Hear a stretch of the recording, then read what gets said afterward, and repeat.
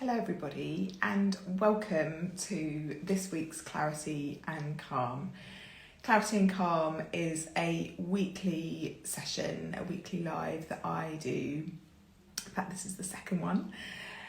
Really just to give a focal point at the end of every week to help you to do exactly what it says on the tin, find clarity and calm in your life, in your leadership, in the way you make decisions about your career, your family life, whatever it is.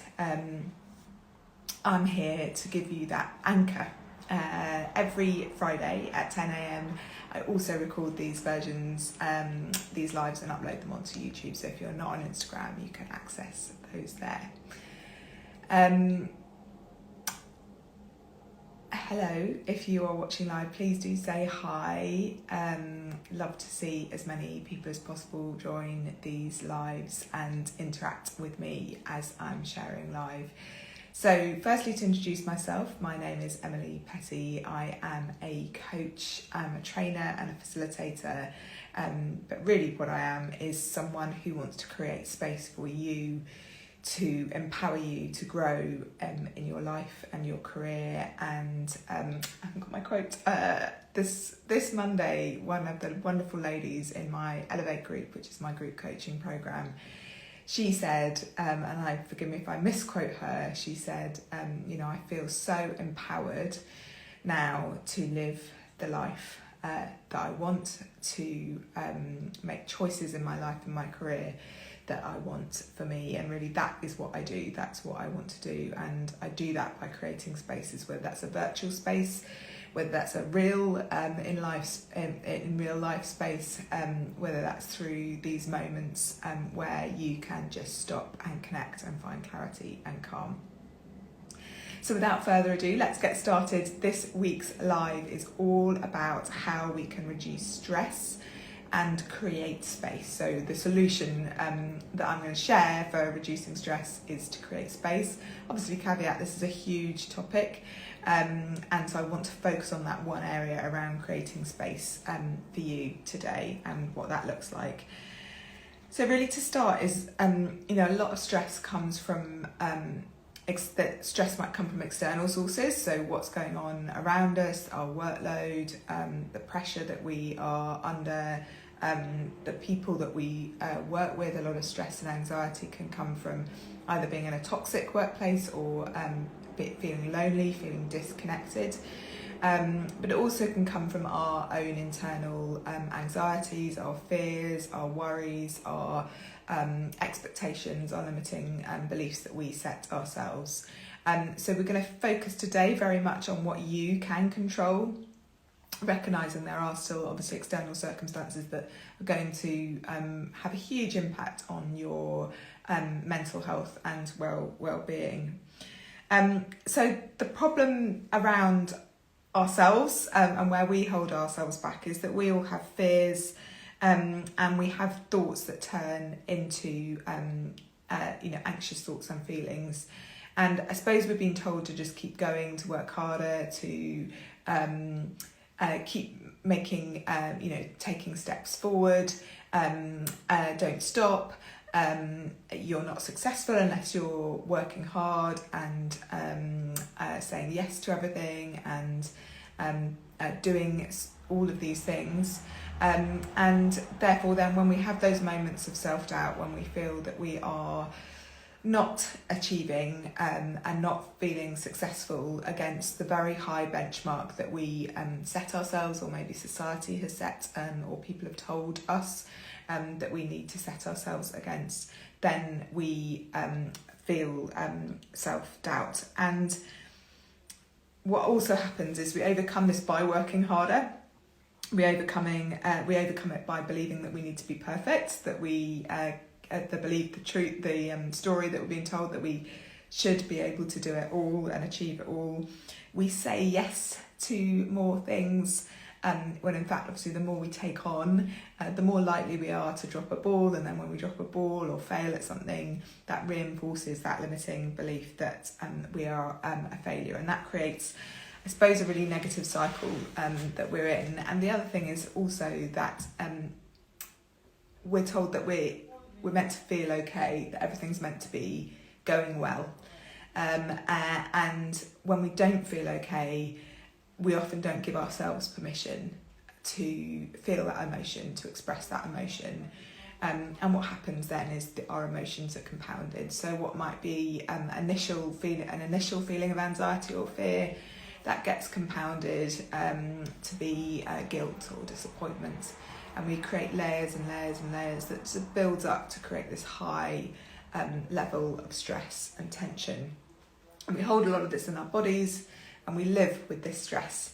And we don't give ourselves that space. And that's really why I want to talk about spaces, because I believe actually giving ourselves both very small moments of space in the day and also larger moments of space in the day, in the weeks, in our years, can have a really big impact. So if you feel that you don't measure up, if you feel full of self-doubt, and if you know that you are overcoming that or seeking to overcome that by hard work, by people-pleasing, by seeking to be perfect, or a belief that you need to know it all, have all the answers, be really super prepared.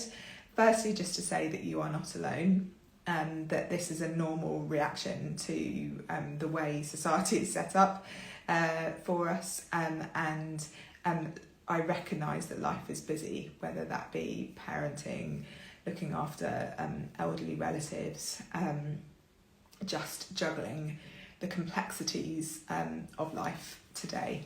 So first of all, this is clarity and calm. So let's start by just noticing, breathing, and honouring ourselves. And if you are watching this, you are honouring yourself by saying that you are committed to take some time to commit to take action for yourself and make a change, because you believe that you, as L'Oreal says, you are worth it. So when we think about space, it's a little bit nebulous, but I really think about it in two ways. One is what I call micro moments of space. So the little opportunities we have to stop and to breathe and to calm our nervous system down in the day. A lady called Jill Bolt Taylor has written a book called My Stroke of Insight. She had a stroke, and she's also a neuroscientist or a neurologist, not sure which.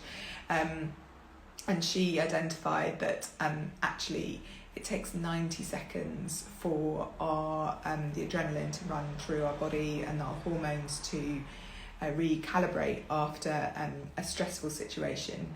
And stressful situations could be you're in a meeting and your boss asks something of you and you're not prepared. It could be seeing that email from somebody at work who you know often asks difficult things, or you don't get on with them very well, or some challenging news that you don't know how to solve, or a new piece of work coming into your inbox. All of those are little adrenaline rushes, and we need to find those micro moments to keep calming our nervous system, rather than at the moment we're kind of in this heightened state of tension. So number one is our micro moments. How throughout the day can we think about that 90-second rule and how we can calm our nervous system regularly throughout the day.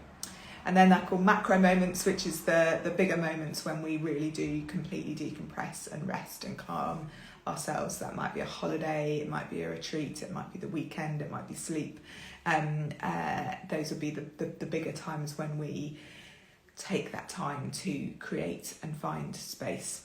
So when thinking about space, think about it on those two levels. How every day are you taking steps to create space, and how on a bigger picture throughout the year are there moments where there is that flow, where there is that sense of rest and recovery. And that is so that we are not pushing ourselves to the brink of burnout and then stopping.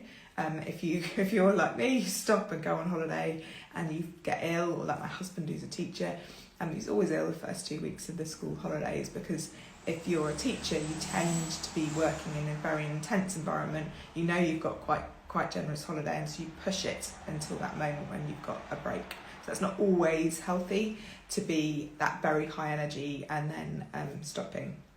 So I have got I've got 6 types of space that you can think about, and as I share, just have a think about which is most relevant for you, which is most helpful for you, and where do you need to create space now. So the first is physical space. So that might be the space that you're in, your home, your office, your outdoor space. You know, where do you go to do that breathing and relaxing and resting? Where do you go to calm down? How do you remove yourself from the busyness? How do you remove yourself from your phone, from your laptop, from people making demands of you? Are there moments in the day where you are able to step away, to stop and to breathe? Are there moments in the day where you stop and, as I say, stop and you breathe and you are alone? So being alone, even if you are an extrovert, is actually really important, to just be alone with yourself and with your thoughts, and to notice, what am I feeling, what am I thinking, what's going on for me today? Or you can just meditate, to just hold the space in meditation. That could be walking, it could be being in nature, hugging trees, going for a swim. You know, where do you find that space where you're alone? So that's the first physical space. So that's actually your actually what's around you, the walls around you. You know, what is your space cluttered? Is it calm? Are there plants? Those sorts of things. But also, are you stepping away and creating physical space for yourself? You've got young children. You might have small people climbing on you all of the time. When are you getting those moments where you just get a little bit of space? So that could be a micro moment, but that's okay. A micro moment is enough to help calm your nervous system. Remember, you only need 90 seconds. Then think about our body. So our body is a sacred space. It is the space in which we inhabit, and without our body, without our health, without our physical well-being, we are really nothing. So we can't do well or succeed in our career if we're unwell. So really thinking about what you are eating, what's going into your body, what you are drinking. I'm not an expert in this area, so I'm not a nutritionist, but you know, if you know that actually you've got habits that aren't helping you, what can you do to improve those? Our exercise, movement, again, 90 seconds just away from your desk, 90 seconds stretching, looking away from your laptops and taking the strain off your eyes. All of these little things compound to something really positive for you. So physical space, your body as a space, emotional space. So that's connected to the others, but when we recognise and understand our emotions, when we recognise and understand what we are feeling and the impact on those feelings, and give those feelings space. So there's an exercise that I do. If you're interested in it, please do comment, and I can run through it in another session. And that is really to do a breathing exercise where we imagine the thing that is causing us stress. We hold that stress at some point in our place in our body, and we breathe into that. So almost like blowing up a balloon around that stress. So we're creating space around the tension that you might be feeling. With it, alongside that, is then recognizing and understanding of our emotions. So labeling it. I'm feeling angry. I'm feeling disappointed. I'm feeling happy. I'm feeling excited. Expressing and sharing those emotions, firstly with yourself, equally with others, is so, so powerful. The fourth space is thinking space. So if you've watched any of my lives or followed me for a while, you know that creating time to think is the core of what I believe in terms of transforming how we lead ourselves and how we lead others. So do you have space to think? Do you create space to think for your team, for those around you? What does space to think and time to think look like? Are you given attention? Have you got people in your life who are willing to listen to you, to allow you to think? And really simple thing you could do is just get into a thinking pair and ask each other, what are you thinking and what are your thoughts? And allow the other person, and swap over, to just share. What are you thinking and what are your thoughts? And you'll be amazed what you can think and how far your thinking can go when you are given attention and when you are not interrupted. So the fifth space is creative space. So I wasn't necessarily brilliant at art at school, and you know how we get put into boxes, you're creative, you're not creative. Well, actually we are all creative, and space to create, whether that be writing, drawing, painting, music, moving your body, whatever it is, making a beautiful space in your home. Creative space is really, really important and really powerful. So how are you creating space to be creative, or finding time to be creative? And then the last creation of space is connection. So I've talked about being alone, but actually being with people, and space to connect and build powerful relationships is also really, really important. So that could be your work relationships, it could be your partner, your family, it could be wider social relationships. When we connect with other people, we generate ideas, we reduce anxiety, and a whole load of amazing things can happen when we work with other humans. We are designed and made to be in connection and in relationship with others. So the sixth way to create space is through connection. So those are my 6 ways that you can create space: physical space, your body, emotional space, thinking space, creative space, and connection. So have a think about how you can create space. Reducing stress is an intentional decision. As I said, there are external forces, but what we want to first focus on is what we can control. And all you do need is 90 seconds. And so identify, where do you need the most space, and what action can you take today to create space? So I know that many people might be facing into stressful work situations. As I've said, focus on what you can control, and focus on those micro moments. I am also offering an opportunity where I want to create a space for you, and that is Deep Rooted, which is a retreat day which I am holding on Friday the 3rd of November. And that is an opportunity for you to intentionally walk away, step into another space, to rest, to reflect, to create, to connect, to restore.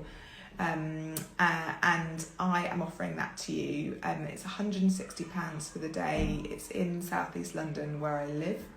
My doorbell is about to go, so I'm going to sign off very shortly. So please do join me on the 3rd of November. I'll put the link across Instagram and wherever this is being published. I'd love to see you, and I'd love to help you create a space to reduce anxiety and stress in your life.